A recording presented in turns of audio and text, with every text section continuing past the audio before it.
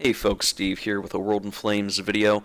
Today I'm going to be starting to look at ground warfare or land warfare, as that is sort of another area of the game of World in Flames that I've not covered yet, that I know folks had been wanting a video for that for some time, and unfortunately I've just been so busy with life and different things going on that I haven't been able to really get to it. So I apologize for that. Being a new father is, keeps you busy. But I'm managing to get some time here to go through it. And what I thought I would do, at least to start with, is talk about the basics of land warfare and dig a little bit into supply, because that's a big part of the land warfare mechanics. I mean, it's true, supply impacts everything, but when we're talking about land warfare, it's going to be pretty important that you keep in mind how supply is going to be tracked and the way to deal with all of that. So, first of all, with all the other videos that I've produced, if you haven't seen my naval mechanics videos or my air mechanics videos, I recommend you go check those out. Even though in large I think at large folks would end up dealing with land combat stuff when learning World in Flames first.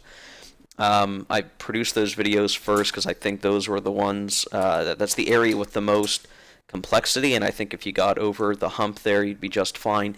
At the end of the day, when looking at land warfare for World in Flames, the thing about it is it's a hex encounter war game. Hex encounter is probably one of the oldest forms of war games on the commercial market, and it really should be straightforward, I think, for most folks if they have any experience playing hex encounter war games.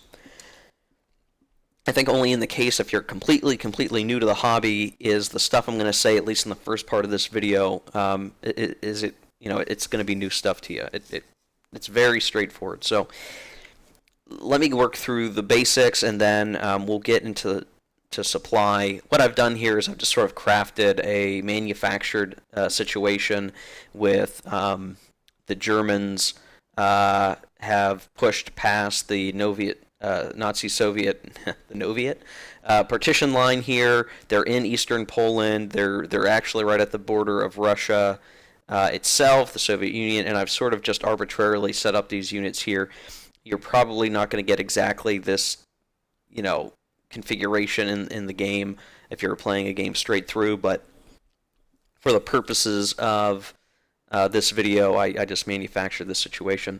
The other thing I should point out before I get too much deeper into it is that I'm going to be looking at this in the frame of the 2d6 combat chart, so that by default, if you weren't playing with the 2d10 combat table, you'd be using a 1d10 combat table, and this is what those charts look like on your player sheet. I'm not going to be looking at the 1d10 charts when we talk about land warfare, because I pretty much only use the 2d10 chart as an option, and I don't think I would ever use anything but the 2d10 chart. I just think I'm used to it. I'm so used to it from playing Fatal Alliances. This is just what we're going to be looking at here when it matters as we go through the game mechanics here.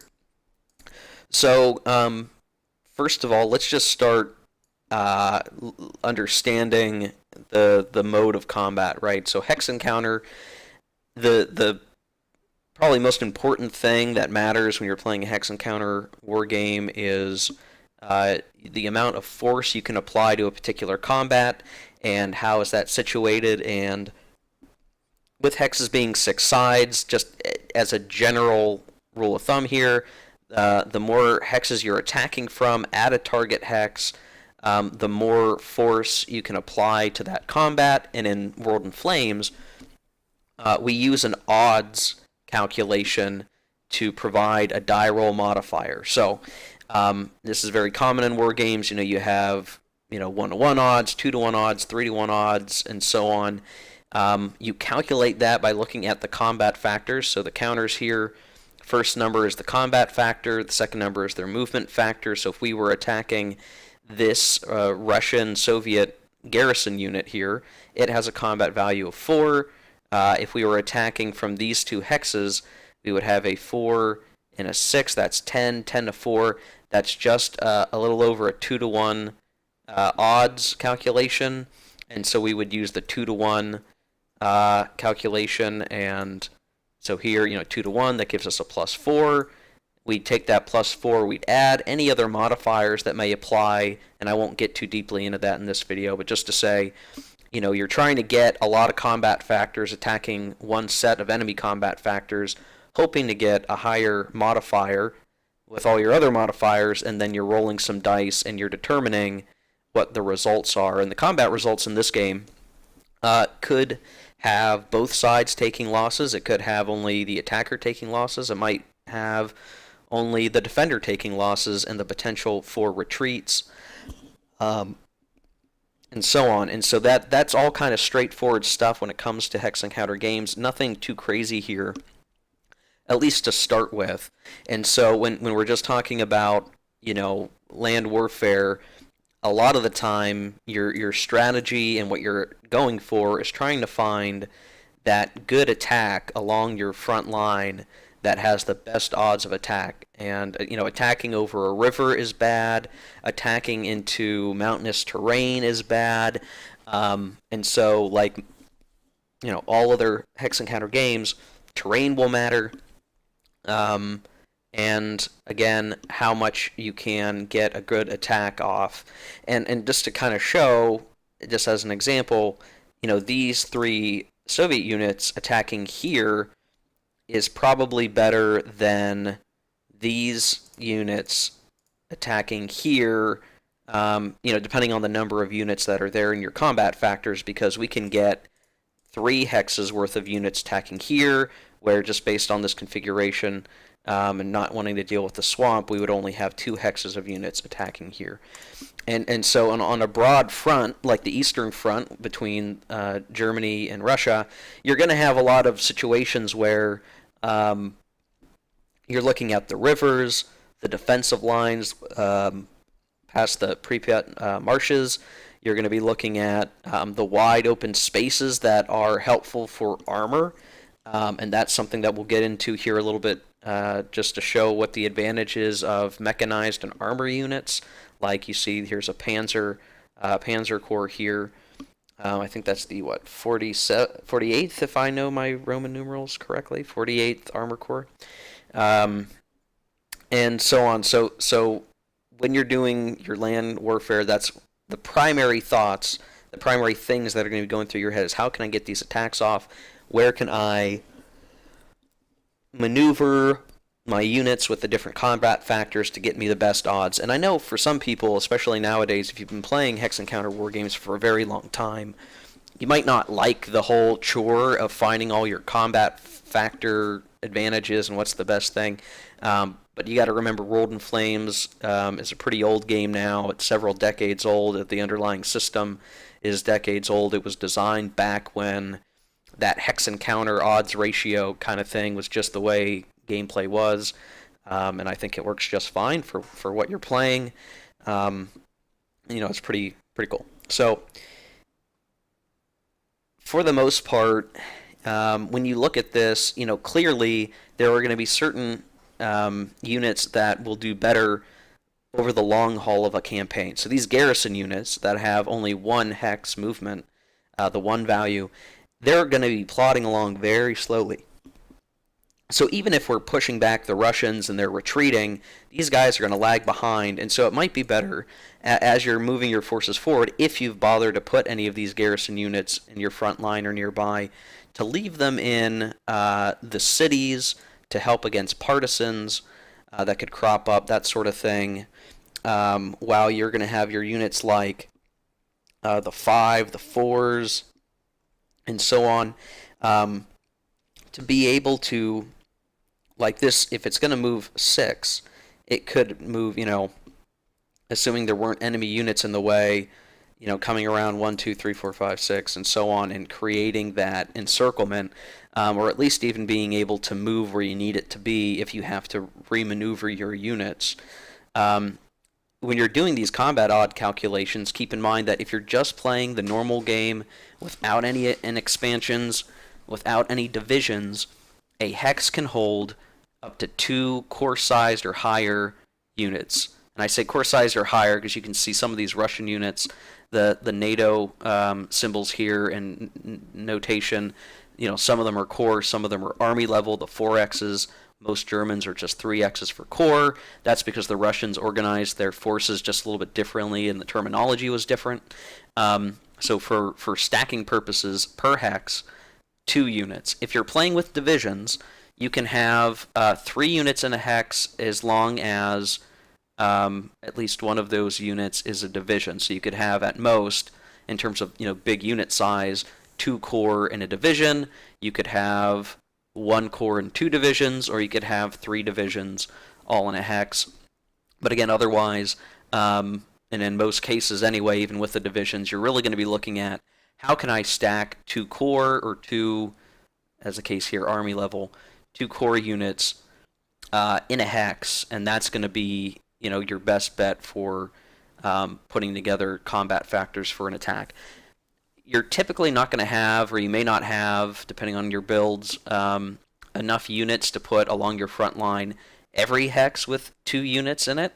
And so there's sort of, I guess, maybe a strategy of figuring out where do you want to put those 2 stacks on your hex front line.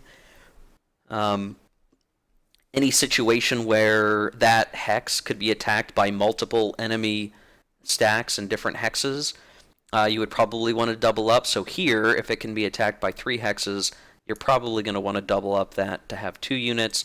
This hex here is only going to be able to be attacked by 1 hex, just in the current situation, so it's probably safer that we could leave 1 unit in this hex. And there's probably some greater tactical thought on how to set these units up in the best fashion, but it's going to be something along those lines. Again, looking for those best opportunities. You'll see these bulges here where it's 3 hexes versus 1. Those are going to be your typical attack points a lot of the time if you think you can make it. But then again, it just depends on the situation, and that's going to be par for course across the whole game. Obviously, if you're able to get it in such a way, let's say this unit was removed and we had this type of situation, that's pretty good. And even if these units got moved out of the way, all of a sudden now you could have 4 hexes, and that's where you start getting the much better odds ratios for big punches through the line. So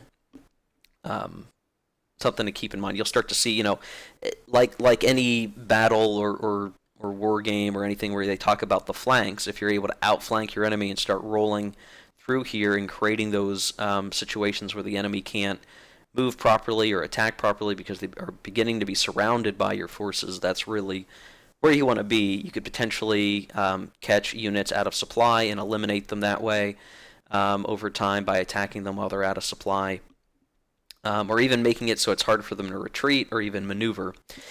I should point out that core-sized units, so if you're playing with divisions typically don't have this except in the hex that they're in, which isn't terribly useful.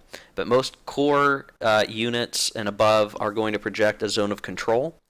Now, a zone of control is a very common war game term or a mechanic, which is basically to say, this set of core here aren't just in this hex. They potentially have patrols or part of their forces in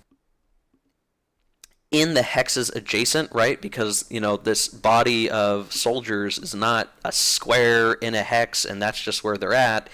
It's the reality that this game is simulating is a little more nebulous than that, and so you have these areas that are adjacent to it on the map. It has control in those areas with the forces that this unit is comprised of. And so, if we looked at this unit here, it projects a zone of control into its buddy's hex, here, and technically it projects a zone of control into these enemy hexes. Sort of the thinking there being that it's not, the reality is the front line isn't this nice, cute little line that touches these vertices here. It's a little more nebulous than that, and the forces are arrayed somewhere in this region fighting. And there are different ways to do zones of control in different war games. Sometimes you'll see different versions of how they work and what are the effects of zone of control. In World in Flames, I think the term that I've heard folks use is that zones of control are slippery, or sometimes I hear sticky, and I'm sure I'm not going to get the lingo right here because I don't think about it in those terms. But basically, when you are moving a unit, when you enter an enemy's zone of control, you typically have to stop moving. I say typically because there are some exceptions, especially around blitzkrieg, blitz mechanics, but if we had this unit here move up, it enters the zone of control of this unit, technically also these units and this unit, because this unit here. Even if it has a buddy zone of control here, if we enter an enemy zone of control, we have to stop moving. Enemy zones of control also cut off supply, and we'll talk about supply here shortly, but the takeaway, since we're on the subject of zone of control, is if you've allowed an enemy zone of control to overlap on that unit's supply path and it can't trace supply through any other hexes, that unit's going to be cut out of supply. This ends up becoming important when you're the Germans and you're fighting in Russia, as just to show an example here, if we have units that are advancing, and then let's say there's this unit here, and I've pushed this unit, maybe I destroyed it, I moved up, I pushed out this unit, moved up, and then let's say this unit gets punched out of the way, right?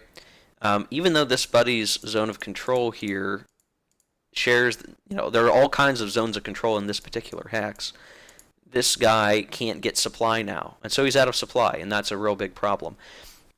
A unit that begins its move out of supply and then moves, when it's done moving, it has to flip, which means it won't be able to move again unless reorganized by an HQ or at the end of the turn comes. And so you can get into this, and I ended up suffering this as the Russians in a in-person game that we had been playing, where my German player friend was coming at me through Ukraine, and I just could not get out of his zones of control that he was establishing. And of course, you get into these cases where 1, 2, 3, 4, 5, and now there's zones of control over here, and now over here, and it's just hard because I can't figure out a way to get out of his zones of control.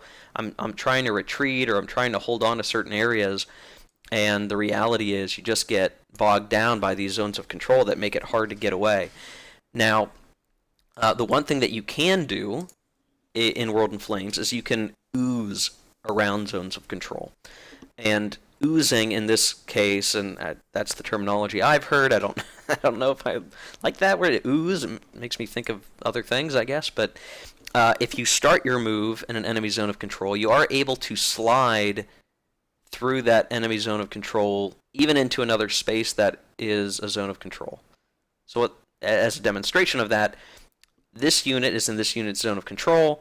There's all kinds of zones of control down here, but I'm going to slide down. I am able to do that. I can do it, I believe it's 1 hex, because I'm entering another zone of, I'm entering a hex that is in a zone of control. I have to stop moving.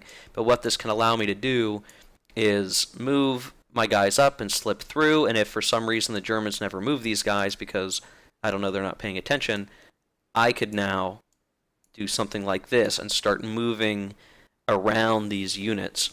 And so the concepts of zone of control, oozing, the sticky nature when you come into contact with a Zoc, those will become important again when you're playing in very large offensives, or things like on the Eastern Front where there are a lot of units, a lot of space to work with.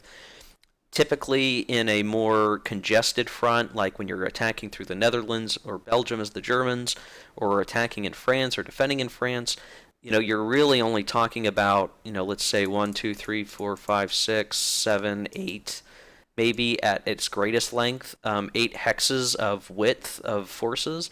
And most of the time, you're really just pushing back and pushing through, so your whole line is just progressing from here to here, and you're just swinging down through, where you're much more likely over in these areas with such a wide bit of the map and a lot of flat land for armor maneuvering.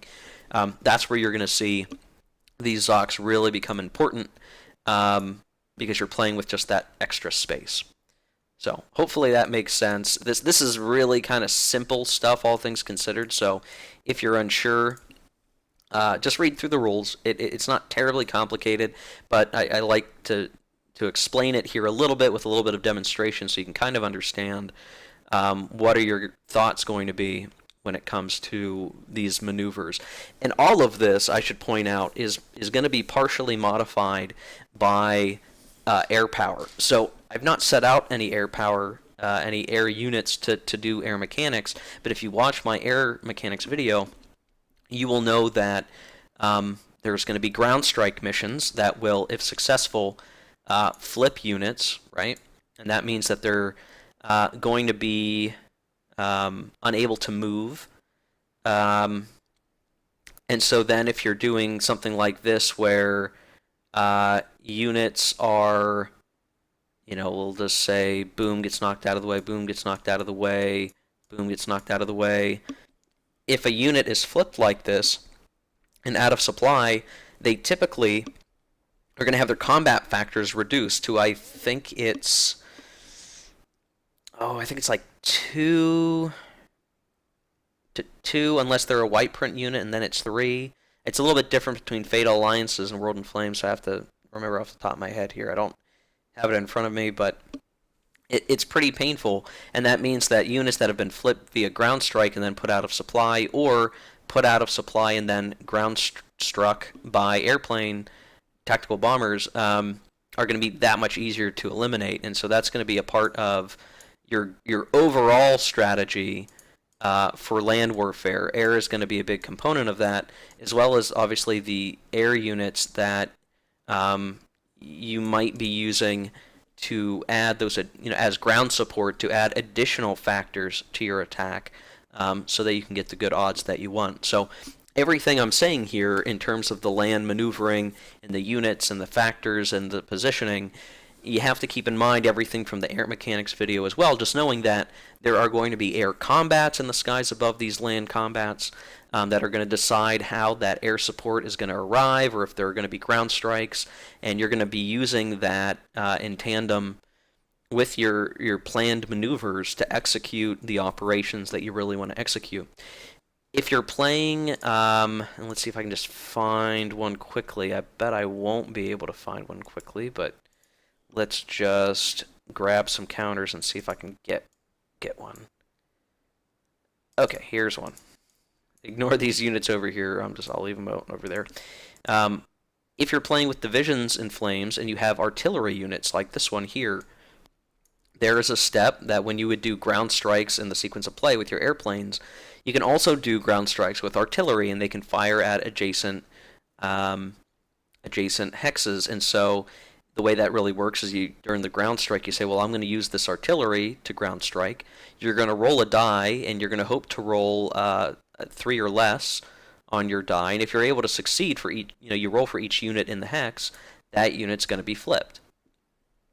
And that becomes, again, important where you do this before your land combat step. So it's sort of, if you do this, you won't be able to use that unit in the land combat calculation. They become flipped. But again, it's that opportunity to flip some units. That's going to help potentially deal with the combat. I'll point out that when units are flipped, let's see if it's on here. I believe that it is. I'm going to be blind here for a second if I can't find it.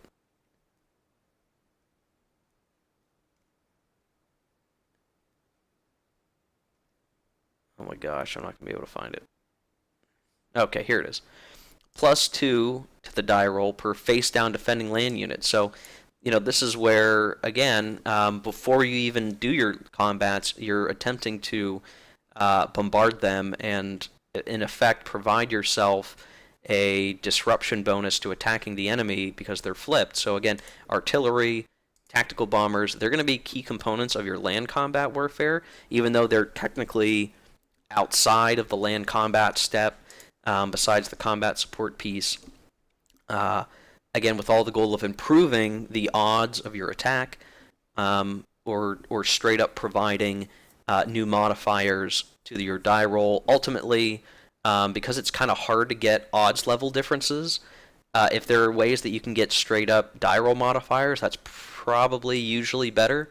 So just as a comparison, like 3-to-1 odds is a +6. Hey, that's pretty good. To get a +2 up to +8, right, from 6 to 8, you have to get a whole other odds shift, which means you have to again have 1 times as many combat factors as the enemy on top of your 3-to-1 to make it 4-to-1. You're probably not able to find that extra odds shift, not easily anyway. But but instead of getting that +2 via that, if you ground struck 2 units in the hex, and now there are 2 units face down, that's a +4. So your +6 becomes a +10, as if you were attacking with 5-to-1 odds. So don't discount ground strikes. They're going to be a really key component of your land warfare strategy. Make sure you can hit those right areas. And one of the other things you're probably going to want to make use of is ground striking headquarter units, like this unit here or this unit here. Headquarter units are very, very important. In particular because they help supercharge offensives by using offensive points, which I think we'll cover probably in a different video than this one, since this one's already running long. And they also help supply. And I think it's probably a good time to segue into the topic of supply for this video. And we'll spend the rest of the video talking about supply as it relates to land warfare. I do recommend, before I move into that you read a good Board Game Geek thread about the use of headquarters in terms of World in Flames headquarter units. I'm going to put the link down in the description below, in the YouTube description. I suggest you take a good read through that, because what the guy did who wrote that post, he wrote a really great sort of overview of what are all the ways that headquarters are useful and what's their real function in the game and all the different ways that they're important. And so I do recommend you read that. It'll help understand why headquarters are so important in this game, and why you would definitely want to have as many as you can operating in big fronts. Okay, so supply. For supply, what you really need to understand, and we talked a little bit about it in some of the naval mechanic videos, is that by and large, all of your units, if they want to conduct offensives, an attack, if you want them to not flip after moving, which is obviously something pretty important, they need to be in supply. And in terms of the game, I'll say just for the most part, because if you're playing with different options, there are exceptions and different ways to deal with things. By and large, there are 2 types of supply sources for a unit. The most important is a primary supply source. And a primary supply source is going to be a friendly city in an unconquered home country area.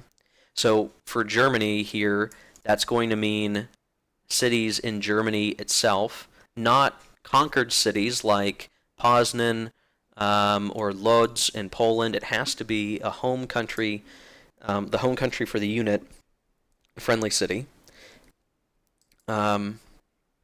Technically, it can also be a friendly city in an unconquered home country of a major power that the unit cooperates with. And so that's where, once the Americans are in the war and start liberating Paris, if they are able to liberate cities in France, I believe, because the U.S. will cooperate with French units at that point, American units can cooperate with French units, they will be able to use cities like Rouen, Paris, and so on, as primary supply sources, which is pretty important. At least I believe that's the case. I might have to double check that, but I believe that is the case. And so that makes, once the Allies are back on the continent late in the war, they're going to have an easier time dealing with supply just because they're going to have that access to friendly French cities as they liberate them. For the purposes of the Germans, this is going to prove to be a little bit of a concern when you just realize that obviously you're going to be way past Germany invading Soviet Russia. You're going to be a far, far, far, far away from home. So how else would you get supply? And I'll point out that you have to trace supply, and there are rules around how to count that supply and how far it can be. And I'll cover that in just a second. The other type of supply source is a secondary supply source. And this is kind of where the important bit comes in. Because ultimately you're going to be leveraging secondary supply sources, in your mind, logistically, more than a primary supply source. Because a primary supply source is the endpoint for supply. You have to get supply from that place. Secondary supply sources are essentially way stations. That's the way I think of them. For supply to get to your units between that home country and wherever they are in the world, whether or not they're somewhere across the ocean or whatever. And how that works is that a secondary supply is an HQ unit that the unit that the unit you're trying to trace supply for cooperates with, meaning an HQ of the same country or again a country that it cooperates with, and there are rules around cooperation. I won't get into that here.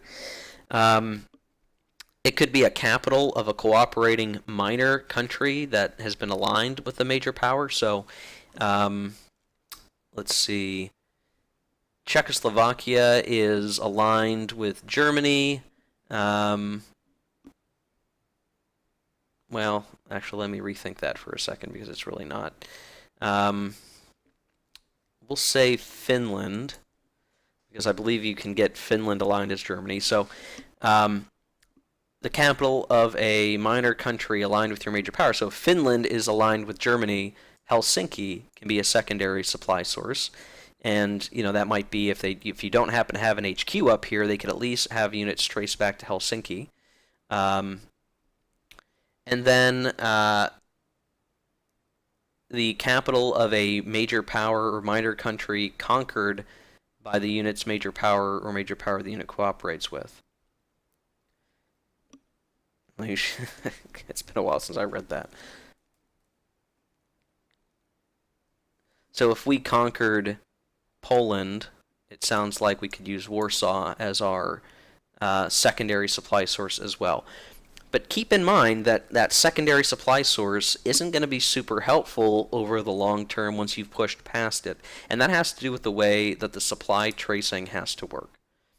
So I want you to think about this in terms of a rake, like a yard rake, right? You have the pole, or maybe think of a trident.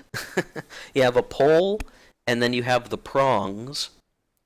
Think of the very point of your trident as where a unit is, and where the prongs meet the base of the pole are your secondary supply sources, and ultimately the very butt end of the pole is going to be a ultimate primary supply source. Everything is flowing outwards from the supply, the primary supply, to a secondary supply to the unit. And what you're able to do is, if that unit can trace back to a secondary supply source, that secondary supply source can then count back to another secondary supply source if it has to, and it can keep following a chain of secondary supply sources until it gets back to a primary supply source space. Okay, so why does that matter? Why does it have to work that way? Well, a unit can trace supply. If it can trace a supply, it's going to be 4 hexes or less, dependent on weather, back to that primary supply source. So let's look at, let's see if I can find it.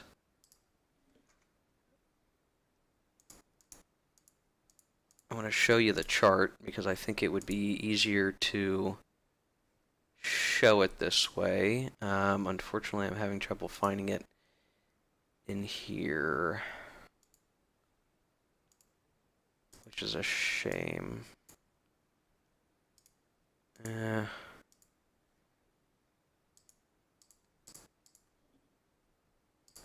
can't seem to find it in the... This might be something they did not put in the vassal module.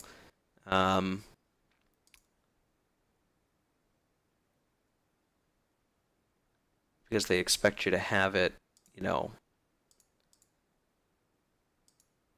at your, with yourself, I guess. Oh, here it is. Okay, weather chart. Jeez. All right. Weather chart effect. So here's the thing. Normally, you have a supply range is 4 European map hexes. And you sort of end up dividing that in half for Asia map, but we'll focus on the European map.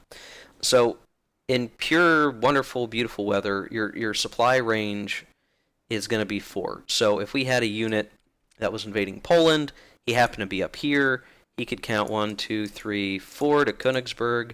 That's part of Germany. He's good to go. If he was over here, and for some reason maybe he's cut off from East Prussia, or he's down over here. East Prussia might not actually be German home country area.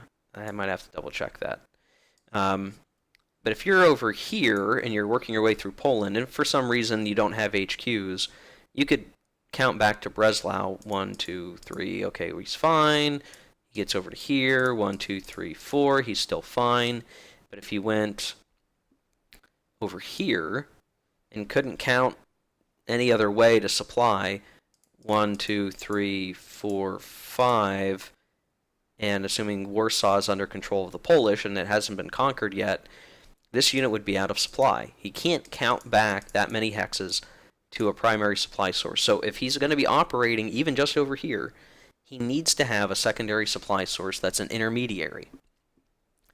So a secondary supply source is going to be, usually, since it's convenient and going to be nearby, an HQ unit like this guy here. So that unit can now count 1, 2 hexes to this unit, which means it's in supply as long as this unit can trace ultimate supply back to a primary supply source. Weather is going to have an effect. So when it's rain, your supply range goes down to 2 hexes. When it's snow, it's just down to 3 because the roads aren't as bad. Storm is 2, blizzard is 2.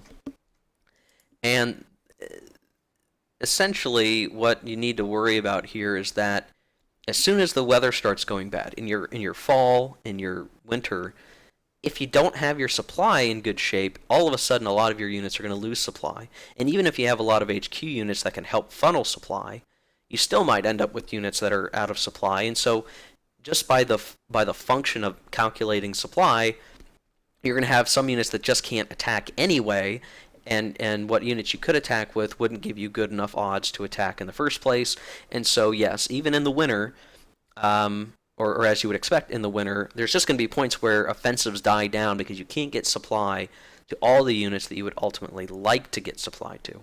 Now the HQ unit here would help with that. So even if it was somehow winter when invading Poland, if for some reason we dilly-dallied and never got into Warsaw by wintertime, this unit could stay in supply because it is 2 hexes to this HQ unit. Now the HQ unit's in supply because once you're calculating a secondary supply path, you can use what is basically a railway supply path. And what that means, as long as, and this is why you're going to put your HQ units typically on railways, that HQ unit is going to trace supply along a rail path back to that primary supply source. And it could be, in this case, it could be Breslau, it could be Stettin, it could be, it doesn't matter, as long as it can get to one of these. So That's why you're going to have, typically, when we're talking about offensives, especially in the Soviet Union, you're going to have HQ units, placed along your front line every so many hexes, ideally on a railway that you can control, and so that a unit like this can count 1, 2, 3. So, most of the year it should be okay to trace supply, and then this HQ unit is going to trace that supply along the rail lines all the way back home. Now, the actual rules that govern all of this stuff is in 2.4.2 of the rulebook. I'm trying to explain it in terms that I hope make sense, but if you just read the rules, it should click. But this is the demonstration of that. And same way, if you're using Warsaw as your secondary supply source, you could have a unit that's over here. It can count 1, 2 back to Warsaw, but then Warsaw has to be able to trace that rail line back to a German city. Probably most of the time, it's going to be able to do that. So like down here, what I really want, I want this HQ unit around here. I may need to be careful because I don't want my HQ units in range of Russian bombers that could ground strike it, at least not without my own fighter units nearby that could run combat air patrol to protect it. But you want to have these HQ units in that kind of, that ability to get supply to all these units, and then again being on those rail lines. I believe that you can trace around a little bit to get to a rail line if the HQ is in a weird position, but that's not going to typically be very relevant to your supply path, unless something's gone really badly for you. Let's see if there's anything else immediately obvious that we need to point out here.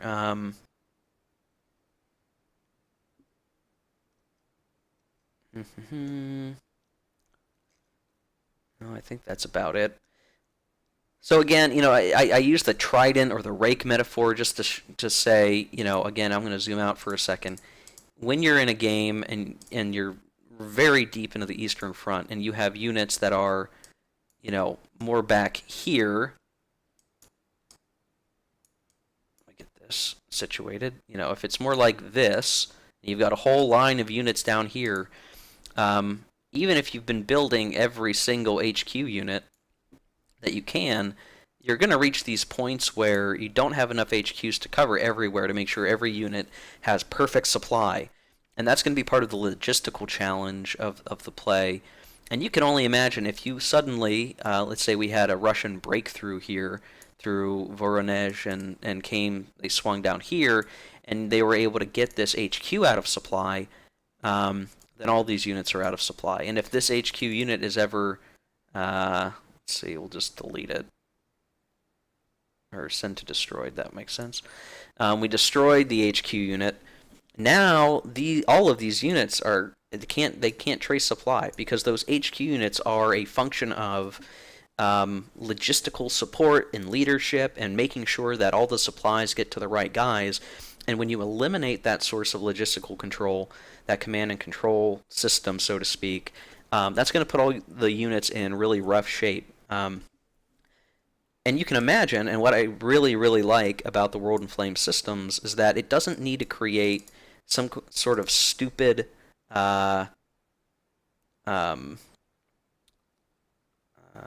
this strap. It doesn't need some stupid, Russian mud flap rule in the middle of winter, some special rule that just makes the Russians operate better in the winter in their homeland. The game has designed a system that inherently does that automatically for you, and you're just playing the game as needed. There's not a special rule that you need to make the Russians operate well in the winter, and the reason why that is again, if your units, and let's say, obviously the Russians are going to be on the defensive in the middle part of the war that you're playing, whatever scenario, if they're pushed back into their home territory, which is going to be pretty common, and the supply rules are such that they need to count, within 4 hexes or a few hexes to a home country city, most of the time they're going to be able to do that, right? If you look at this map of Russia, maybe down here in Ukraine it gets a little more difficult, but even in the winter, you're going to have a sizable bit of your Russian forces that even without an HQ unit can count back to a city like Kiev or a city like Kryvyi Rog, or if we're Gomel, Vitebsk, Smolensk, Pskov. I'm not sure if I'm saying that right. You can see, and I'm gonna see if I can hide. I don't know if there's a hide counter function in this module, but I'll move these guys again. You can see, I mean, there's some dead space here in certain areas, but there's still so many Russian cities that those units are going to be able to operate even if they don't have an HQ nearby, and you're probably even maybe going to want to put your Russian HQ units near these dead zones and along these rail lines so that, yeah, even in the winter, they're good to go.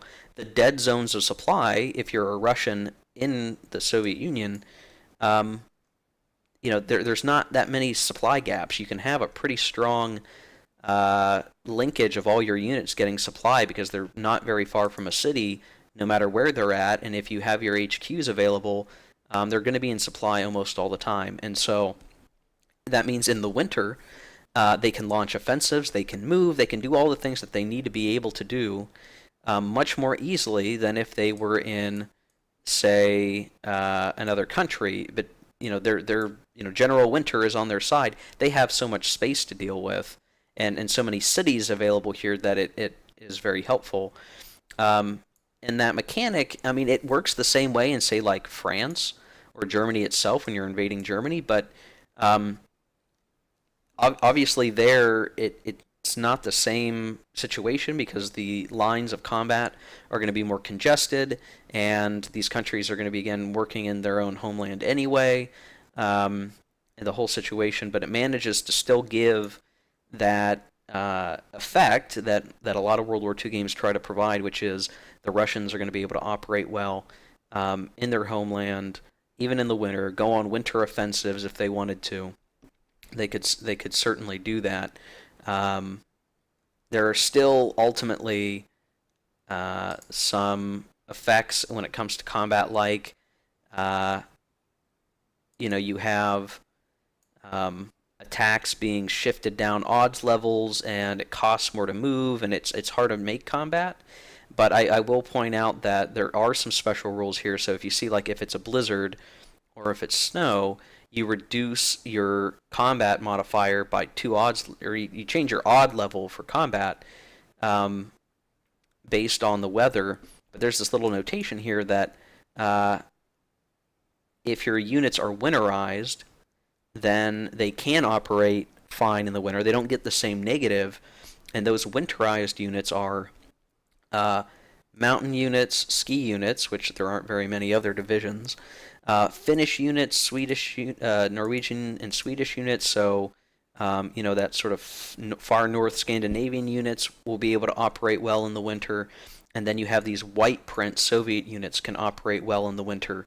So you combine all of that with the supply situation means they're hardy in the winter. The winterized mechanic for the units that are out here, and I'm not sure I have any on the board right now that are white print, but if they're able to be winterized, then it's going to mean that, yes, they can attack in the winter, and they don't get the same odd shifts that you would have anywhere else in the winter. Even Germany and France, if they were somehow fighting, allies are fighting the Germans, and it's, like Battle of Bastogne or something where it's, you're in the winter, both sides are going to have trouble attacking because of those odd shifts. The Russians, if they're using winterized units, which they don't have a huge amount of, are going to be able to still do some of those combat operations. So the supply system works really well with the other systems of the game. It's one of the things I really like about World in Flames. The supply makes sense, enough of the mechanics make sense that you're not having to remember a bunch of crazy special rules. It's really straightforward in how you operate. It's a game system that is a system, not a game system made up of exceptions, though there are exceptions in the game. Anyway. Okay, so this is a pretty long video. Again, we've talked about the really basic stuff when it comes to land warfare. We've talked about supply. I think in the next video that I'll record for this, I'm not sure when exactly I'll be able to do that, but what my goal is to make that cover the impact of armor on combat and how blitz warfare is supposed to work, since that's going to be a pretty significant aspect of land warfare, especially if you're playing the Germans. And we'll also potentially look at how offensive points are going to be leveraged to make the big difference. And that's really going to be where most of your offensive points in the game are going to be spent, and how they're going to be spent, and what the whole purpose of all of that is. So we'll look at those 2 bits in the next video. Hope you enjoyed watching this one. Again, sorry it took so long to get this one out. Life has been busy, but I'm getting some time back to try to get some more videos created. If you like this video, hit like. If you'd like to see more videos like this, hit subscribe if you haven't already. And we'll catch you next time, guys. Thanks for watching.